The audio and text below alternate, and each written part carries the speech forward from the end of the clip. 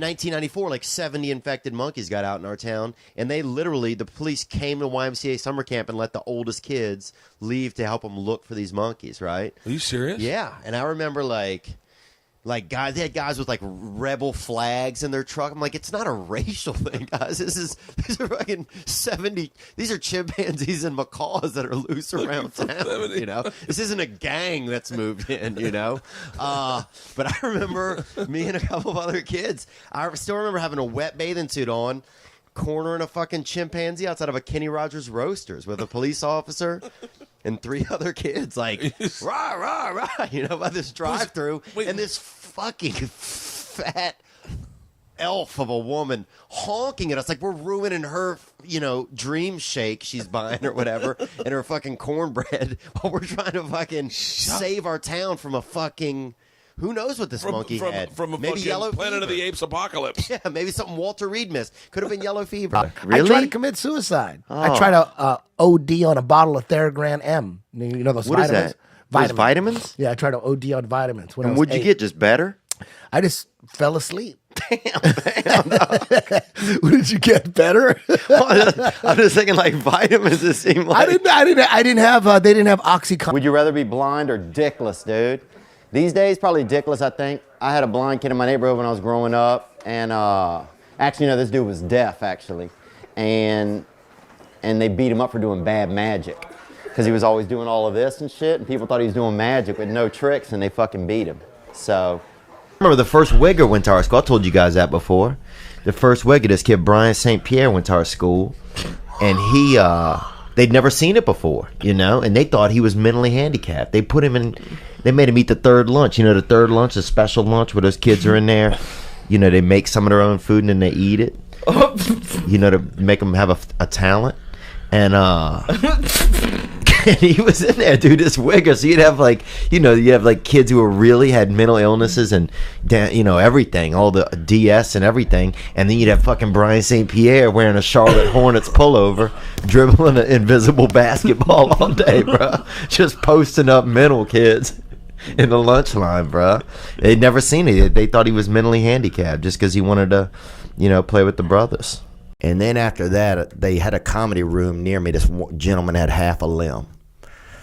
And which limb? He was missing part of his leg, I think. Or he said he was. So he could have been faking it. CGI or something? I don't know what his name was. I mean, it was a CGI. It was a white dude. Okay, check. Yep.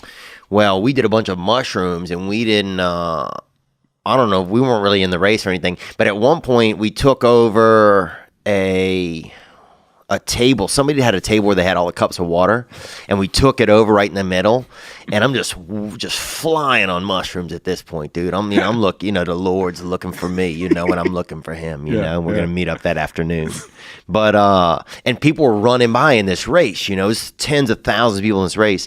And when they get close, someone would try to get the water, and we'd be like, no, it's for Asian people only. So you had so many people, and they're running. They have to keep going. There's a huge flow of people. They can't argue or discuss it. Right. You'd be like, oh, it's Asians only. And they're like, and they just keep on fucking moving. Passing out from dehydration a quarter mile down the road. All these Irish people stacking up at the curb at the next turn, just boom, boom. And Asian people were just so happy, super bro. hydrated. Oh, yeah, just flying, bro. At the lunch table, we get some kids who were mentals, or a couple of them might have been mentals, and a couple kids that were well, you know, and we get there and sit them to make them drink milk and then tell jokes and do stuff until one of them just blew milk out of their face, you know?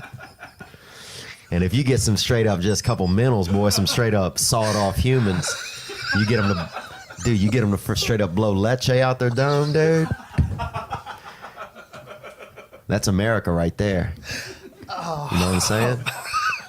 And that's when I knew, I was like, I got some kind of a gift here, you know? I almost blew the throat out of this one boy. Almost blew the throat out of this one boy named Tot. T-O-T was his name. Kind of a bad name, too, to be mentally challenged. But also easy for him to spell. And, I'm not joking, that's what his father said. And easy for him to spell backward and forward. Same name, Tot. So, That's true, man. Was this guy's his name was Todd? Why are you so laughing at him? It's just a funny sounding name. That's all. I'm sorry. Yeah, you're right. Yeah, it was pretty funny, I guess. Tot. Yeah, well, You know, let's Tot. talk about Tot. Sometimes he would just say T-O-T was his name, but I knew Yeah. it was Tot. Yeah. He would try to spell it out, and like he was tricking me. Got him, dude. 30-pound bag of hamster bone. Like, I mean, that's because you have to. There's not as much meat. There's very little bone in a hamster, bro. Them hamps got a hamp probably has like a quart, like an eighth of an ounce in its chest plate, bro. You can't even make a wish on their bones. There's nothing in there. Where do you get all those hamsters from? That's it. Well, they breed them in our town. I used to work for this group. They used to sell tattooed hamsters and guinea pigs after. They tattoo them? Yeah, they used to brand them with concerts and raves. They would say it's tattooed just to make people not be as sad about it. But it was a brand, bro. Of what? With like Heat and Ink, bro. For what? Like, what did it say? 311, Green Day, anything like of different bands that were coming to town. Toadies. That's Swear to fucked God, up. bro. Toadies, Acid Bath. Who else? Raves. Whatever, bro. We used to truck these hamps into the city and fucking vend them, bro. We did, man. Because there wasn't much work in our town, dude.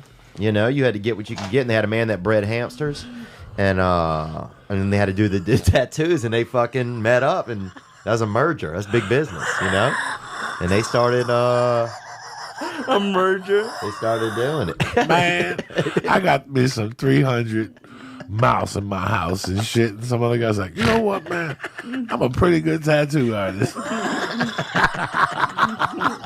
That's Louisiana. And that's it. A merger is formed.